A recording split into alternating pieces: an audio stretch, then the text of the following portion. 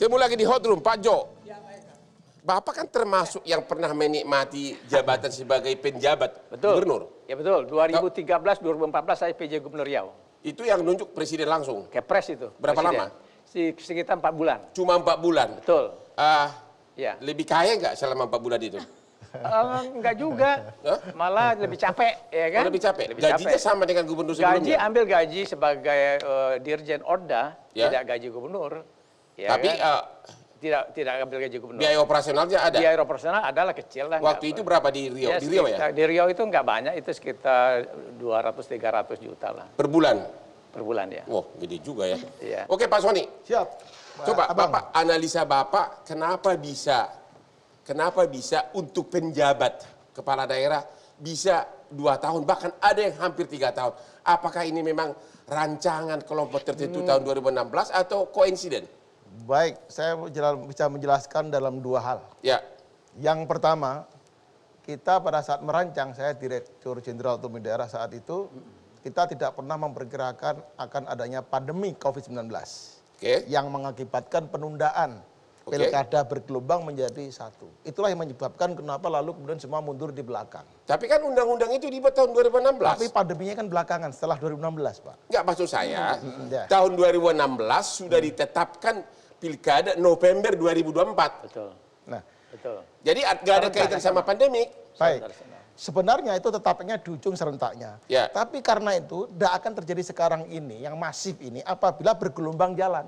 2020, 2021, 2022, sehingga tidak akan banyak, maksimum di bawah 100. Itu masih dalam kontrol.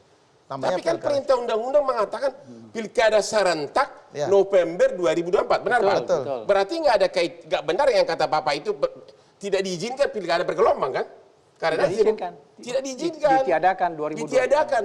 Ya, dan itu dibuat tahun 2016 sebelum pandemik. Betul. Keputusan pilkada itu bergelombang dihilangkan, itu justru pada masa pandemi. Karena itu menjadi alasannya. Yang ideal pada saat merancang undang-undang, itu memang tidak pernah terpikirkan soal pandemi sehingga bergelombang. Apabila terjadi bergelombang 2021, 22, 23 ada pilkada, gelombang, itu dalam kontrol. Dan yang kedua sudah kita hitung secara simulasi, maksimum penjabat itu nggak akan sampai 6 bulan. Jadi sesuai dengan desain undang-undang saat itu hanya 3 sampai 6 bulan. Sehingga plus lah terkontrol. Dan semua peraturan ini didesain untuk pemikiran kita sampai 6 bulan. Saya masih belum berangkat Pak, karena setahu saya di undang-undang itu udah jelas-jelas disebutkan bahwa seluruh pilkada di semua daerah harus serentak nasional. Nah, secara nasional November 2024 tidak ada pembahasan bergelombang, benar nggak? Ditiadakan. Itu sudah ditiadakan tahun 2016. Betul. Berarti tidak ada kaitannya dengan 201 ayat 9, 10, 11. Begini. Tidak ada kaitannya dengan pandemi, benar nggak? Benar. Saya jelaskan dengan cara yang lain. Undang-undangnya mengatakan begitu. Persis. Itu adalah 2024. Ya. Ini artinya skenario simulasinya yang dulu karena pilkada serentak itu sudah 1 periode. Gelombang 1, 2, 3 sudah itu, serentak sudah terjadi ya, 5 tahun yang lalu. Kemudian berikutnya yang agak keganggu karena pandemi. Nah, 2024 itu posisinya supaya semua jatuhnya pada tahun 2024, maka yang kosong, yang jabatannya lebih dari 5 tahun, itu baru diisi. Saya simulasi ada 2 bulan, 3 bulan, 4 bulan. Tapi yang jabatannya lebih dari 5 tahun, itu dipotong, tidak lagi 5 tahun pejabat gubernur, dipotong setahun, potong 2 tahun sehingga berdasarkan pasal 201 dibayar gajinya tapi dia tidak kerja 5 tahun. Sehingga semua akhirnya yang kelebihan maju, yang belakangan ditutup dengan PJ, kekosongannya itu. Sebentar, saya masih belum puas. Pak Ferry kan ahli hukum tata negara. Yang saya baca di undang-undang itu, ya sudah terang-terangan disebutkan tahun 2016 bahwa pilkada serentak November 2024. Tidak ada kaitannya dengan pandemik. Tidak ada kaitannya karena pilkada bergelombang ditunda, nggak ada. Total sudah dirancang begitu. Benar atau enggak tuh?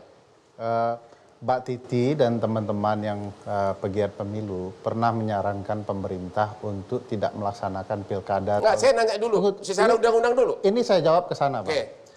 Pernah menyarankan pemerintah tahun 2020 tidak menyelenggarakan pilkada karena alasan pandemik. Oleh pemerintah jalan terus. Karena memang ada ketentuan untuk pilkada 2020. Nah setelah itu baru kemudian digabungkan di 2024. Artinya tidak ada korelasi ini dengan pandemik sebenarnya. Karena jadwalnya sudah ditentukan seperti yang disebut Pak Jo di pasal 201. Pertanyaannya pada saat dibuat undang-undang tahun 2016, tahu nggak perancang undang-undang bakal ada yang penjabat 2 tahun atau lebih? Ya tahu. Tahu. Nah, jadi memang itu sudah hukum formal tertulis. Ya, konsekuensi itu pasti sudah terhitung mestinya. Pertanyaannya, menurut Bapak sebagai ahli politisi, ada nggak motivasi politik di situ kok 2 tahun penjabat gitu loh? Artinya apa? Orang yang ditunjuk itu kan pasti orangnya Mendagri atau orangnya presiden. Analisa Bapak gimana? Ya, pertama isi batin politisi saya tidak tahu, tapi mari kita urai pasal-pasal ini dengan baik. Karena bagaimanapun di dunia politik begitu ada kesempatan dalam kekuasaan, potensi penyimpangan bisa terjadi, kan begitu ya. Nah, kalau dilihat pasal ini atau ketentuan ini lahir karena putusan MK yang menggabungkan pemilu serentak. Nah, konsekuensi ini sepertinya tidak dihitung detail oleh MK. Begitu ada aturan yang katakanlah punya konsekuensi jabatan akan menjadi panjang, MK tidak mempertimbangkan agar pembentuk undang-undang dipagari, supaya tidak terjadi masa jabatan yang dipimpin oleh PJ terlalu lama.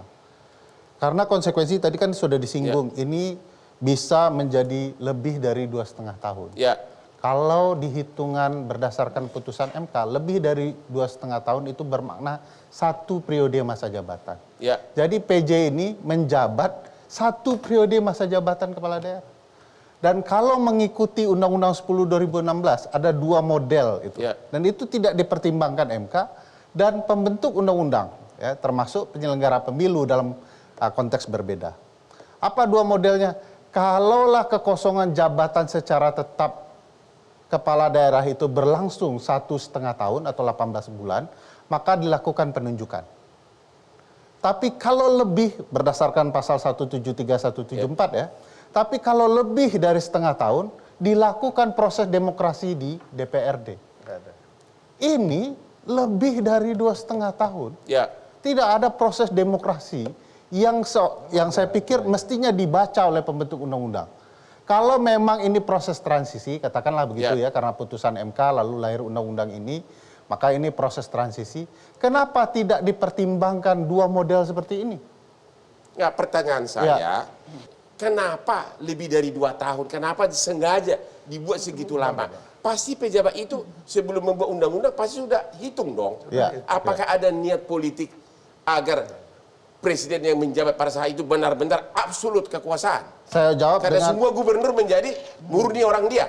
Saya jawab bisa saja kejadian ketika itu terjadi niatan politik karena memperhitungkan kesempatan. Tapi yang melakukan sekarang Menteri Dalam Negeri yang lain nih, yang katakanlah menikmati konsekuensi itu. Bagi saya ini mestinya kalau berdasarkan putusan MK yang baru ada 3 putusan 67 PUU 19 Romawi 2021. Putusan nomor 15, 18, PUU 20 Romawi 2022. Yang kurang lebih dia memberikan garis bawah dan diulang-ulang di setiap putusan oleh MK. Bahwa untuk penunjukan ini harus memperhatikan prinsip-prinsip demokrasi. Tidak boleh hilang itu. Dalam menjalankan prinsip demokrasi itu MK menyarankan 1, Kementerian Dalam Negeri harus buat peraturan pelaksana. Sampai hari ini tidak buat. Jadi kalau bicara motif, ada motifnya nih, motif politiknya. Tidak dibuat. Kedua Bang, ini perlu dijelaskan. Ada 3 standar yang harus dilakukan Kementerian Dalam Negeri untuk menunjuk PJ. 1 katanya, harus dipastikan orang ini betul-betul ditunjuk secara transparan dan terbuka. Dan ini tidak terlaksana? Tidak terlaksana, 55 itu misterius itu. Kedua, katanya harus dilakukan penunjukan yang menghasilkan orang yang kompeten.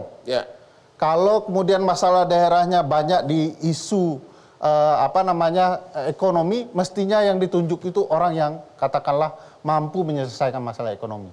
Jangan masalahnya ekonomi yang ditunjuk kemudian orang yang ngurus olahraga misalnya.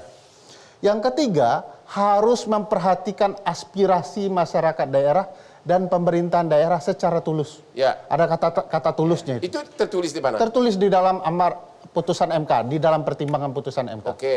Yang ketiga ini, bagaimana kita bisa katakan ini dijalankan oleh Menteri Dalam Negeri?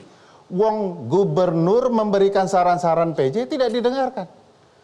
Bahkan kalau dari informasi Pak Sony tadi, sudah dilayangkan surat oleh Kementerian Dalam Negeri kepada gubernur untuk mengusulkan nama-nama penjabat, ternyata nama-nama itu terabaikan. Ya. Artinya tidak memperhatikan aspirasi pemerintah daerah. Yang ngasih usulan gubernur atau Mendagri? Mendagri yang minta, kirim surat, begitu kan? Udah duluan gitu? Ya, dikirim surat, kira-kira siapa yang mau diusulkan. Untuk bupati maksudnya? Untuk bupati, kepada gubernur. Ya. Gubernur kasih nama. Kasih nama ternyata tapi tidak digubris oleh Mendagri. Jadi kalau bicara melanggar putusan MK, proses penunjukan ini, jelas-jelas ini bertentangan dengan apa yang diminta Mahkamah Konstitusi. Oke, kita akan mendengar berikutnya wangsit dari mana Mendagri untuk menunjuk seseorang ini. Ketemu lagi di Hot Room.